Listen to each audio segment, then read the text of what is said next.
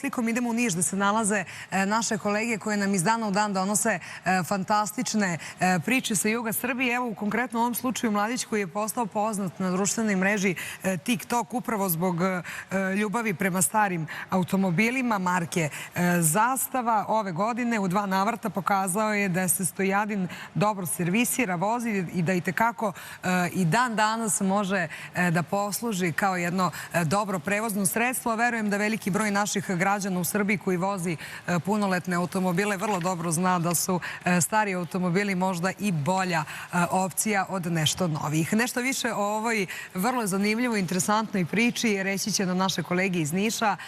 Marija Janković, ja verujem da nam je ona u ovom trenutku na vezi koju želimo pre svega. Dobro jutro.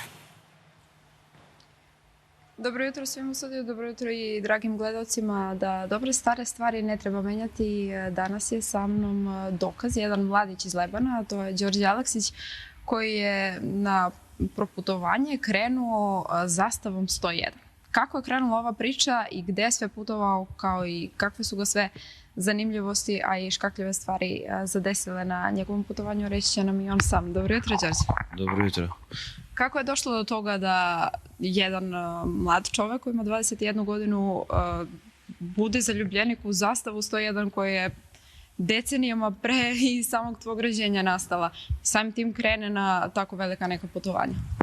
Pa prvo je krenulo sve neplanirano, htjeli smo da uzmemo neki auto starije proizvodnje da se vozimo tu po grad. I na kraju smo odlučili prvi put odemo na more u Crnu Goru, vrtili smo se preko Albanije, onda je odatle sve krenulo, nastavili smo BG, Novi Sad, Bugarska, ni sam ne znam više gdje sam bio, ali ta neka manja putovanja ne računam, na primjer Kopaonik, 200-300 km, onda smo na svi ti projekti dodali Tursku, gdje je za sad najveće, ali spremamo još veće. Koje putovanje je bilo najzahtevnije i najinteresantnije na koje ste krenuli ovim autom? Pa ne znam, najinteresantnije mišljenja su podeljena, tako da neko više voli da, na primjer, da gleda Kopaonik, zimu i to, neko više voli kad idemo u Bugarsku, kad idemo od Točak, a najzahtevnije je Turska, možda po meni i najinteresantnije zato što je najduži put, bili smo tamo 11 dana, snimali sve i svašta, vozili se po Tursku, imali dosta problema, htjela Zastava se upali i slično. Koje je bilo neko najzahtevnija stvar kod tog automobila na tim putovanjima? Koji je bio neki najveći problem koji ste vi imali? Šta je bilo najzanimljivije, jer sigurno ste atrakcija gde god se pojavite. Mi smo pogledali neke vaše snimke, znači svi neki ljudi, i čak i turisti neki sa strane, pa čak i naši Srbi na koje nalazite, sa nekim oduševljenjem uvek gledaju u vas.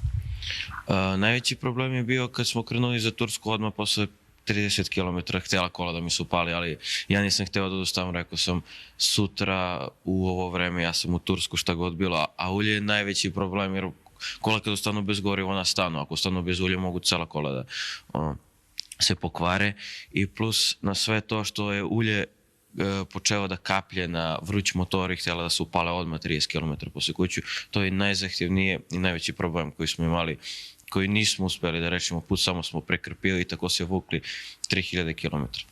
A kako inače rešavate te probleme, s obzirom da to je jako star auto koji zahteva posebne delove, pa verovatno i nekog posebnog majstora? Rešavamo sa vezice, sa kartoni, sa žice, toalet papir smo koristili, karton, sve što stignemo stavimo, improvizujemo i rešimo problem na putu. Planirate još neka putovanja? Planiramo da dižemo granice, nešto zahtevnije, 4-5 puta od Tursku, ove godine, zdravlje Bože. Nešto poput? Pa ne bi znao sad, Afriku sam planirao, ali u planu nam je još veće, to neću dodajem, ali svakako i Afrika nije malo, tako da, ali još veći projekat planiramo sad ubrzo za mjesec, 2 nadamo. Samo treba Zastava se restaurira, prvo krećemo to da radimo. Nije sigurno, kao što sam kažeš, sigurno nije bio lak put do Turske kao do Afrike. Mi ti želimo svu sreću i nadamo se da ćeš to uspeti svom Zastavom. Hvala ti na ovoj priči koju se podelio sa nama. Hvala vama. To je bilo to, dragi gledalci, mi idemo dalje sa ovog mesta sa nekom novom pričom. Studio. Hvala našim kolegama iz Niša koji, kao što sam i rekla, iz dana u dan donose neke vrlo zanimljive, važne i edukativne priče upravo iz južnog dela naše lepe Srbije.